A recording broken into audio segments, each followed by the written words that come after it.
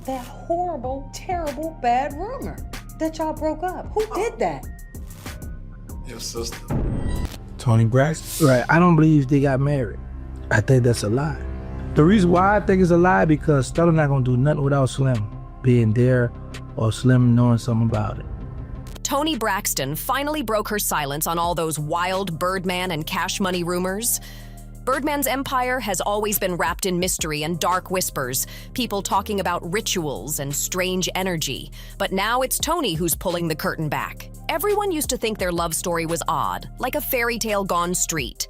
What's a classy legend like Toni doing with a man like Birdman, right? But their romance wasn't some simple Hollywood dream.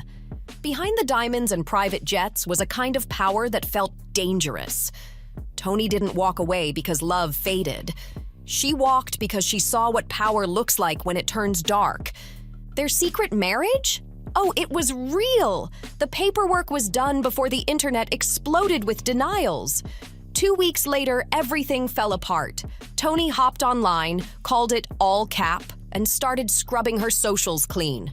That wasn't confusion. That was her cutting off bad energy fast. You've heard the whispers about Cash Money. Strange meetings, shady choices, artists like Juvenile warning people about what's really going on.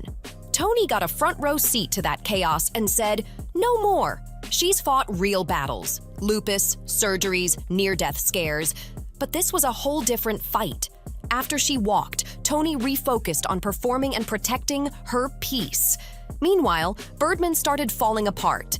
Cameras caught him half asleep during shows, slurring words, looking drained, like his own lifestyle was eating him alive. Fans online started clowning, calling him the Black Joe Biden. And those reunion tour videos? Crazy! Birdman under bright lights, eyes drooping, drifting mid-sentence while the crowd whispered in disbelief. Some said seizures, others called it relapse. Whatever it was, it went viral fast. The man once known for stunting looked like his energy had finally burned out, and everyone around him tried to hush it up. BG jumped on camera laughing, brushing off the drama like it was nothing. He said Birdman wasn't high, just having trouble reading the teleprompter. You know what was weird to me when I got the Cash Money? It was the weirdest thing. I know they had all these artists on the label. Right. So I get to the label, and then all of a sudden, they let all the artists go, all the other artists go. Man, that boy all business, BG told the interviewer, acting like fans were just overreacting. That's the same story all Birdman's people keep spinning. No relapse, no breakdown, just bad lighting and exhaustion. Maybe they're right, but maybe not. There's something eerie about seeing Birdman nodding off under those blinding lights while the beat keeps going.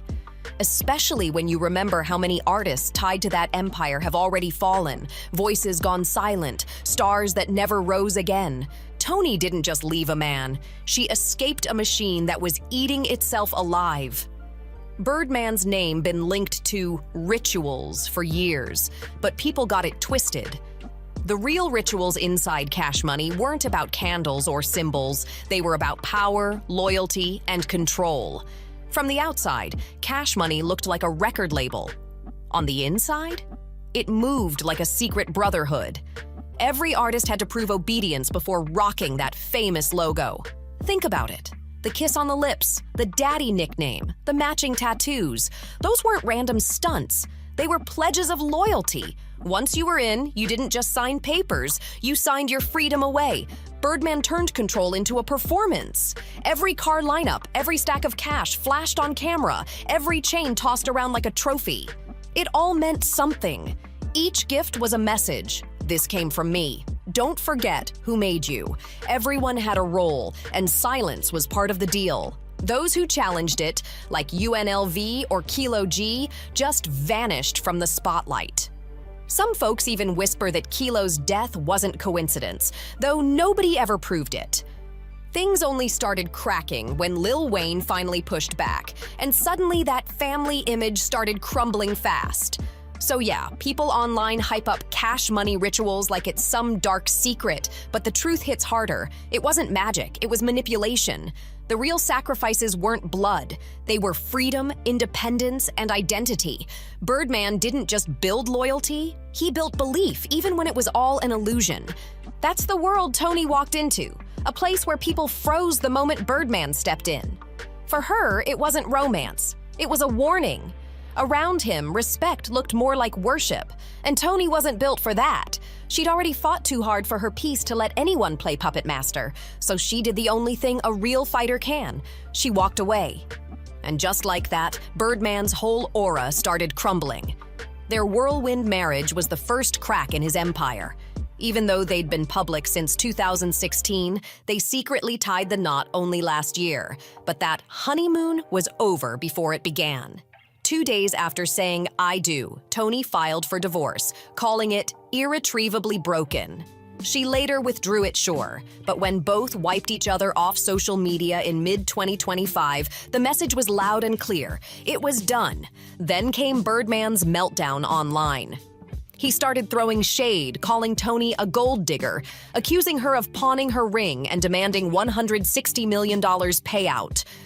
Once gossip blogs and live stream hosts got hold of it, boom, it exploded across timelines like wildfire. Fans split sides. Was Toni the victim or the villain? Mainstream media backed her, painting Birdman as manipulative. But deep in the trap and southern rap circles, his no fear, boss energy only got louder. Money-wise, Birdman dodged the bullet since the divorce case got tossed, but the hit to his image was real. Toni had sympathy at first, until that $160 million claim and talk of a missing $5 million ring had folks digging into her past bankruptcies. Some brands slowed down on deals, but her music streams went crazy. Her old hits climbed back up the charts, and her documentary on women's financial independence got a second life. Talk about the guy that don't pay the producers to the last minute. Oh, let me stop. I love Birdman. I never allowed none of the labels to own nothing. I own everything. Universal. No, Universal never owned nothing. Meanwhile, Cash Money Records itself started cracking. Producers and mid-tier acts tied to Lil Wayne's Young Money froze collabs once the feud went public. But Birdman being Birdman, he flipped the chaos, used all that tabloid drama to boost rich gang releases and turn gossip into streams. When the dust settled, he still had the label. But his reputation? Gone. Toni walked away with empathy, spotlight, and a fresh audience. Even if a few doubters stayed loud, the old Cash Money alliance was officially dead. And now, speaking of money, let's talk about those so-called financial rituals that made Cash Money Records just as infamous as their hits. Jadakiss wasn't joking when he brought that up on stage. Say what you want about Birdman. Cash Money really did shape Southern hip-hop forever. It built a dynasty of hits and made the culture shine, no doubt. But behind the fancy cars, designer threads, and mansion photo shoots was a darker system, one built to keep artists broke and Birdman in charge for decades. Plenty of artists said their label advances never fully came through, or worse, they got them as recoupable debts with no clear numbers. Even Turk's $10 million lawsuit exposed how his teenage deal used one lawyer for both him and the label. Total setup. That conflict meant every contract bent in Birdman's favor, not the artists. Then came Lil Wayne's 2017 legal war, and it went deep. Wayne accused Cash Money and Universal of playing games with his royalties, hiding publishing money, and shorting his streaming profits. He ended up settling for less than he was owed, just to move on. Like Suge Knight out west, Birdman used luxury as a leash. Cars, jewelry, even houses handed out like gifts, but they were really shackles. And those contracts? They were rituals in disguise. The 1998 Cash Money Universal deal set the tone, an 80-20 profit split in the label's favor. Birdman used that same playbook on every artist afterward. Performers didn't own their masters, and royalty statements were basically ghost files no one ever saw.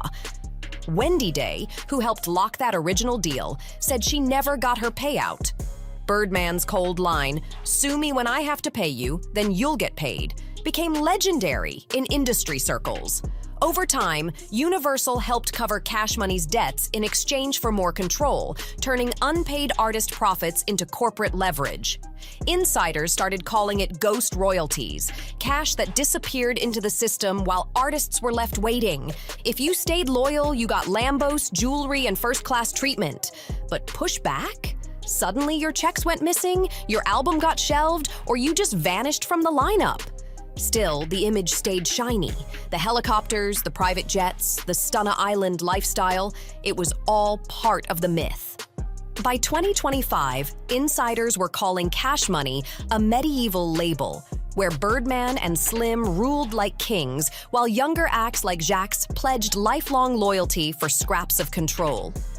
These weren't magic rituals, they were money traps dressed up as blessings. Power disguised as love.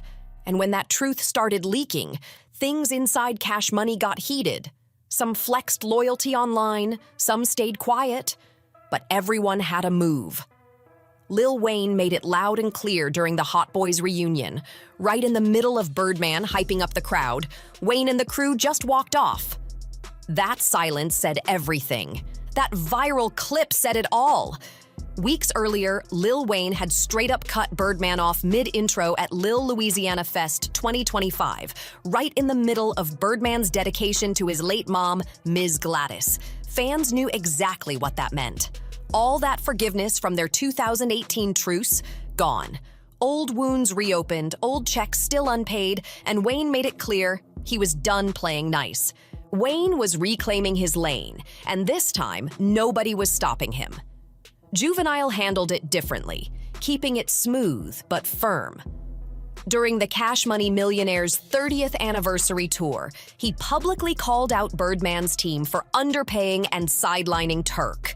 You could hear the tension in his voice when he said it put him in a weird spot, torn between loyalty and fairness. By summer, Juvie flipped the focus back to his craft, letting the music do the talking. He was loyal, but not blind. Then came Drake, the chess player of the crew. Sure, Kendrick once called him a snake, but Drake always moves 3 steps ahead.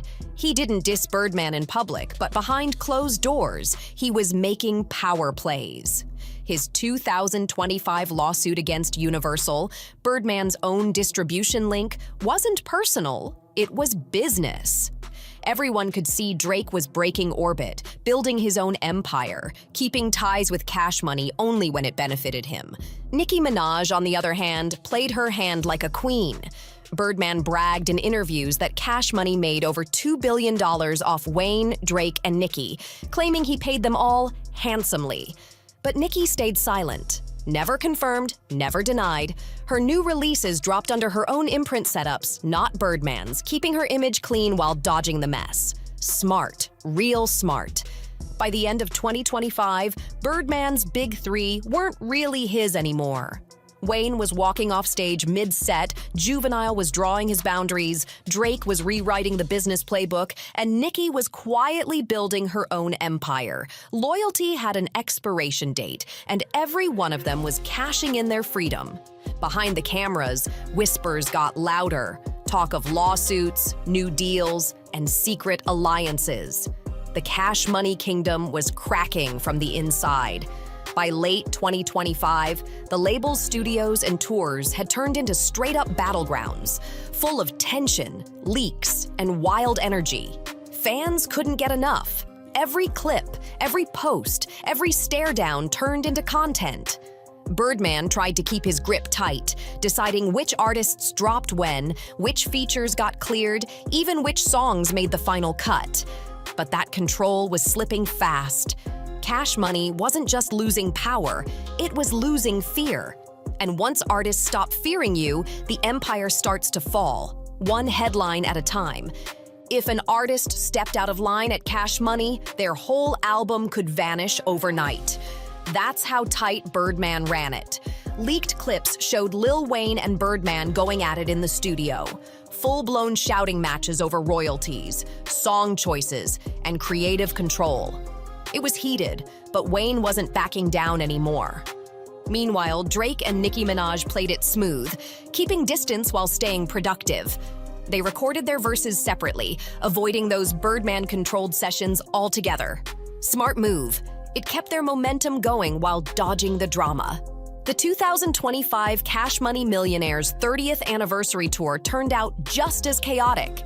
Canceled shows, surprise lineup swaps, missed performances. It was a circus. One major concert even got scrapped at the last second, fueling rumors of feuds, ego clashes, and total mismanagement. Fans saw right through it, another case of Birdman's control killing the vibe. And when they did hit the stage, the tension was thick enough to cut. During the Hot Boys segment, Wayne straight up cut Birdman's mic mid-speech, in front of thousands. That moment said everything. The brotherhood was over. Missed arrivals and set changes kept fans on edge, not knowing who'd show up or walk off next. Every little move, a look, a lyric, an Instagram caption became a secret message. Fans were decoding everything, treating the chaos like a live soap opera. Backstage, sponsors started to pull away, nervous about the drama spilling into public view. Industry insiders whispered that brands didn't trust Cash Money's stability anymore. Too much risk, too much attitude, too many surprises. But for the hardcore fans, that was the magic. They lived for the tension, the mystery, the unpredictable energy.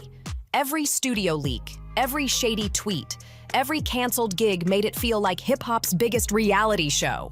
Messy, electric, and impossible to turn away from. Cash Money wasn't just a label anymore. It was a full-blown spectacle, a world of loyalty tests, power plays, and entertainment so wild that fans couldn't look away even if they tried.